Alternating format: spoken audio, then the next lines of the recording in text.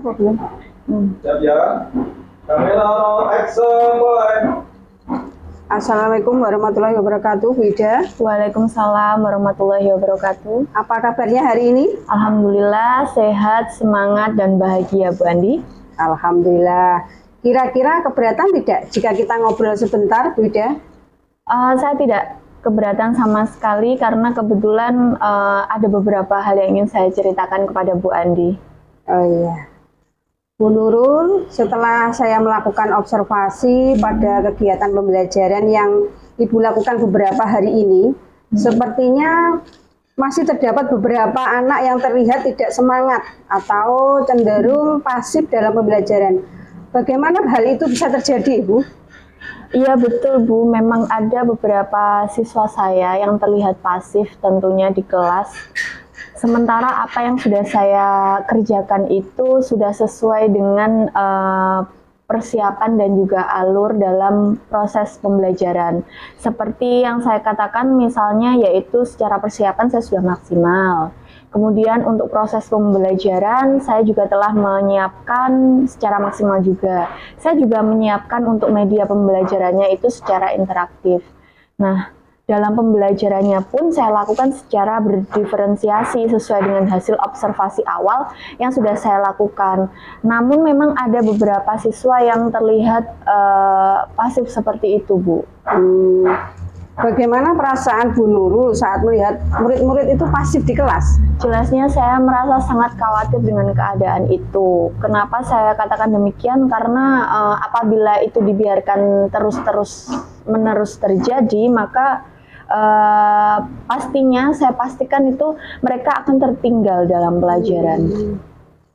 Jika sudah dilakukan secara maksimal, namun masih ada saja murid yang berlaku seperti itu, berarti kita harus mengidentifikasi ulang untuk menangani kasus tersebut.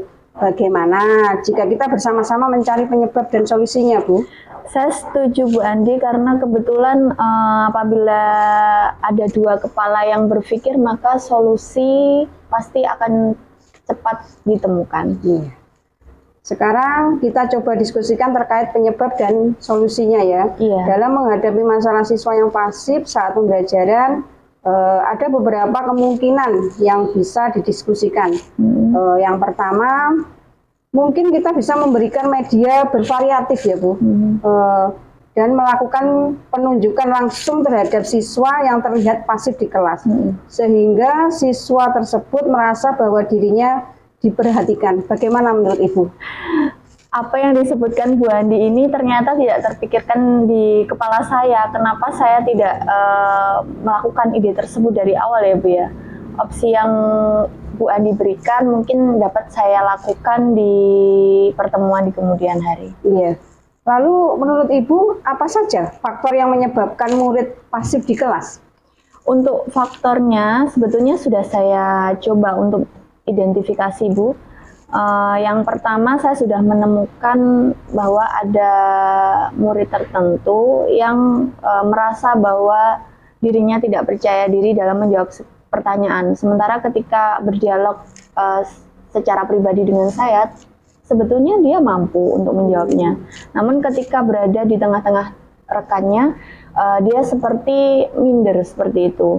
Kemudian faktor yang lain itu ada murid yang terlihat bosan karena pelajaran tersebut tidak disenanginya. Dan ada juga yang malas untuk berpikir karena terlihat mengantuk di kelas. Seperti itu Bu Andi. Iya. Terus bagaimana ya kondisi belajar murid ketika di rumah Ibu? Nah ini merupakan permasalahan yang memerlukan kolaborasi bersama orang tua. Jadi ada beberapa pertanyaan yang saya tanyakan kepada orang tua terkait hal tersebut bahwa putranya itu kondisinya seperti ini loh Bu di kelas. Nah beliau mengatakan bahwa ternyata di rumah itu sering bermain HP sampai larut malam dan dari situlah besoknya mengantuk di dalam kelas.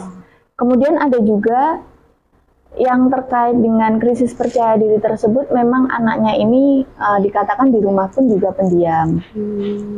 Nah, informasi tersebut saya dapatkan ketika saya mencoba untuk berkomunikasi dengan orang tua melalui Wapri, Bu, WhatsApp pribadi. WhatsApp. Jika seperti itu keadaannya, bagaimana jika anak harus ditangani tersebut dikelompokkan secara berbeda sesuai dengan siswa yang lainnya, sehingga mereka dapat berbaur dan termotivasi seperti itu, Bu? Sepertinya apa yang dikatakan Bu Andi ini bisa saya jadikan opsi yang kedua. Saya juga bisa memiliki cara yang lain seperti ini, Bu. Saya memiliki cara bahwa saya akan menyediakan buku penghubung untuk orang tua murid sebagai catatan harian siswa, di mana buku tersebut dapat saya berikan kepada orang tua 2 kali dalam seminggu. Jadi buku tersebut nantinya akan diisi oleh orang tua tentang umpan balik dan juga refleksi terhadap laporan yang sudah saya tulis di buku tersebut. Bagaimana menurut Bu Andi? Iya, itu ide bagus, Bu. Saya setuju, sehingga kita bisa komunikasi dengan orang tua siswa. Tidak hanya melalui gawe ya, Bu, namun kita juga ada catatan secara real ya, sebagai dokumentasi komunikasi kepada orang tua wali murid. Iya, alhamdulillah. Terima kasih, Bu Andi. Iya. Terus apa yang dapat Ibu lakukan sebagai rencana ke depan untuk membantu murid tersebut agar lebih aktif di kelas? Terkait rencana atau langkah ke depan yang akan saya lakukan, beberapa opsi kan tadi sudah kita bicarakan. Nah, terkait hal itu, rencana saya adalah membuat media pembelajaran yang inovatif dengan berbasis teknologi. Misalnya, saya akan membuat game edukasi, kemudian game tersebut dapat saya install di gawai siswa. Jadi mungkin 2 atau 3 kali dalam seminggu anak-anak nanti akan saya bebaskan untuk membawa HP. Nah, selain itu saya juga akan melakukan penunjukan langsung jika terlihat ada siswa yang bermalas-malasan atau bosan. Kemudian saya juga akan membentuk kelompok yang terdiri dari siswa yang memiliki berbagai karakteristik dengan tujuan siswa lain dapat termotivasi dengan rekan satu kelompoknya. Kemudian tidak lupa juga sebelum pembelajaran dimulai, saya akan melakukan atau membentuk keyakinan kelas bersama siswa dan memberlakukan sanksi maupun konsekuensi atas pelanggaran yang dilakukan. Kemudian yang terakhir, mungkin ini agak lain, yang mana saya akan mengajak siswa untuk belajar di alam sekitar. Jadi konsepnya outdoor gitu. Lalu bagaimana ya cara Ibu untuk berkoordinasi dengan orang tua wali murid tersebut? Untuk hal tersebut, sebenarnya saya bermaksud akan menjadwalkan pertemuan rutin, Bu, untuk membahas perkembangan belajar murid. Jadi akan saya bahas tentang kelebihan dan juga kelemahan. Namun dalam tanda kutip pertemuan itu harus bersifat pribadi sehingga permasalahan murid dapat terjaga kerahasiaannya. Kemudian saya mengajak orang tua siswa juga untuk bersama-sama memperhatikan anak dan mendukung segala keperluan anak-anaknya, baik berupa moral, material maupun spiritual, seperti itu. Sekarang kita harus menentukan, Ibu, siapa yang bertanggung jawab untuk menjalankan rencana ini. Untuk penjadwalannya, pemanggilan orang tua siswa, saya akan membuatkan surat edaran resmi, mungkin bisa melalui undangan elektronik ya.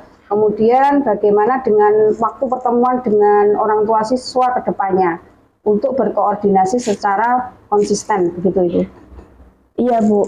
Karena kasus ini merupakan kasus yang terjadi di dalam kelas, sehingga saya rasa ini merupakan tanggung jawab saya sebagai seorang pendidik.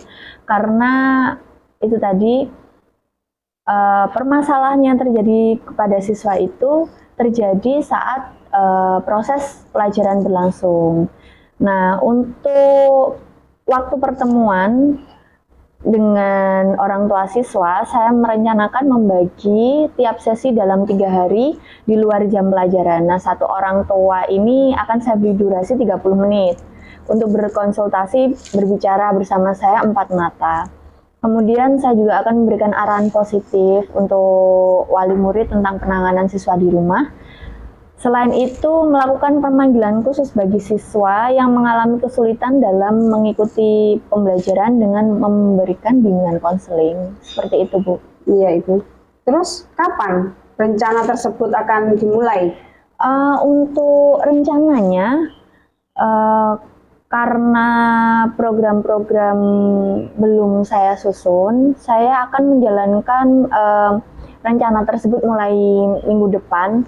Nah, untuk dalam minggu ini saya akan menyusun poin-poin yang ingin saya cantumkan di buku penghubung. Kemudian saya juga akan menyusun program secara tertulis, sehingga program yang akan dilakukan nanti akan terbaca perkembangannya dalam grafik kenaikan, atau apabila terjadi kenaikan alhamdulillah, atau apabila terjadi penurunan ya nanti kita evaluasi lagi cara solusinya ke depannya. Begitu, Ibu. Ya. Baik, Bu, saya rasa cukup pembahasan hari ini ya. Semoga apa yang kita upayakan untuk peserta didik dapat memberikan dampak yang positif ya dan berlangsung berkelanjutan. Saya mengucapkan terima kasih kepada Bu Andi karena Bu Andi telah membersamai saya. Saya merasa saya lebih percaya diri untuk melangkah lebih jauh ke depan demi memberikan pelayanan yang maksimal untuk anak-anak dan mengatasi permasalahan di kelas. Saya juga merasa senang bisa berbagi cerita dan permasalahan kepada Bu Andi dan mendapat penguatan dari Bu Andi secara pribadi. Untuk itu saya ucapkan terima kasih banyak, Bu Andi. Ya, terima kasih. Kita akhiri ya untuk pertemuan hari ini. Terima kasih. Wassalamualaikum warahmatullahi wabarakatuh. Waalaikumsalam warahmatullahi wabarakatuh.